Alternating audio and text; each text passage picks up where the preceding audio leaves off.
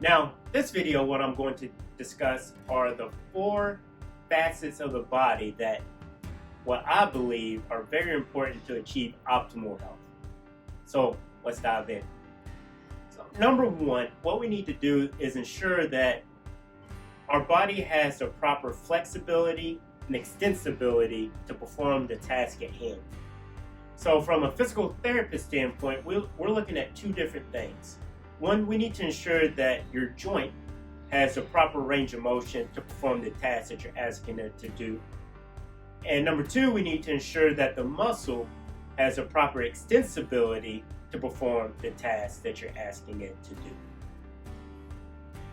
Number 2, what we need to do is ensure that we have proper strength and stability. So muscles, in essence, have 2 main functions. One, muscles are pulley system for bones. So let's take my bicep for example. When my bicep contracts, it pulls my forearm up. That's one of the functions of muscles. The second function of muscles are that they help to stabilize a joint. So what a joint is where 2 bones meet, and then you have ligaments that help to stabilize the joint. But you also have muscles and tendons that help to further stabilize the joint. So if we don't have the proper strength in our stabilization muscles, then we can lead to injury down the road.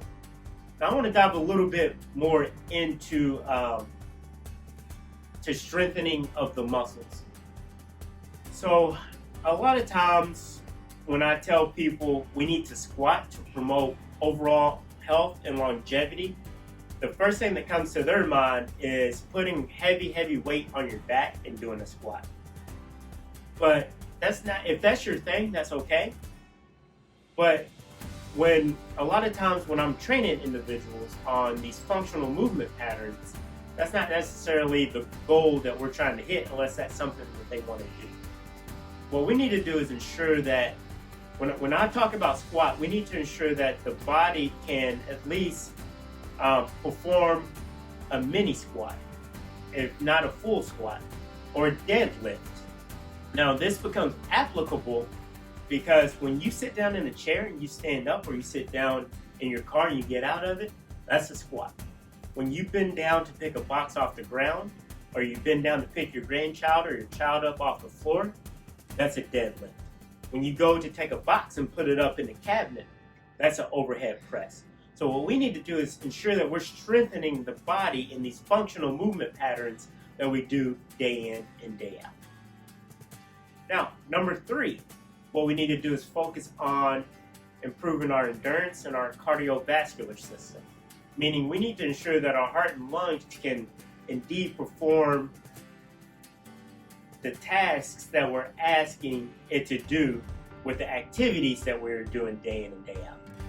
Now, when I talk about cardiovascular, many people think about going to a treadmill or riding a stationary bike, which to most isn't fun at all, myself included. And I'm sure that you guys can relate to this. Getting on a treadmill and start running, and you feel like you've been running for 30 minutes only to look down to see that you've only been on the treadmill for 2 minutes and 35 seconds. I don't know about you all, but to me that's discouraging. So when we talk about improving our overall endurance or cardiovascular health, it doesn't have to necessarily be running on a treadmill or riding a stationary bike. We can actually make it fun. So find an activity that you enjoy doing: pickleball, tennis, basketball, running or in the woods or walking through the woods, hiking. All these activities will help to improve our overall endurance and our cardiovascular health. Now lastly, I feel like this is a point that really gets missed in the medical field. That being, we need to ensure that we have mental clarity, or we are functioning at our optimal level with our psychosocial part, well-being. Now, day in and day out, our bodies are getting stressors introduced to it. This can't be more true considering everything people are going through with COVID, whether it's losing jobs, getting ill, a death of a family member or friend. And all this stuff compounds on us and in return, our body starts to raise our level of cortisol. Now, cortisol is a hormone that research has shown that goes and it wreaks havoc on our body. So what we want to do is try to mitigate the elevated levels of cortisol. A couple ways that we can do this is by meditating, performing yoga. And if those two aren't your thing, I understand. I would highly recommend taking 5 to 10 minutes of your day and just trying to de-stress. Shut your computers, turn off your phones, and just sit back and take a little time for yourself to try to de-stress and recenter yourself so that you can be at your optimal level, performing the rest of the tasks that you have throughout the day. So once again, these are 4 points that I believe we all need to ensure that we have optimal health.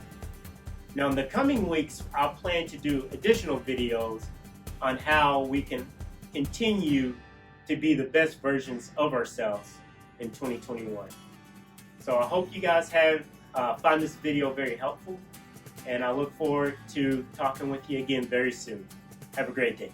Thank you.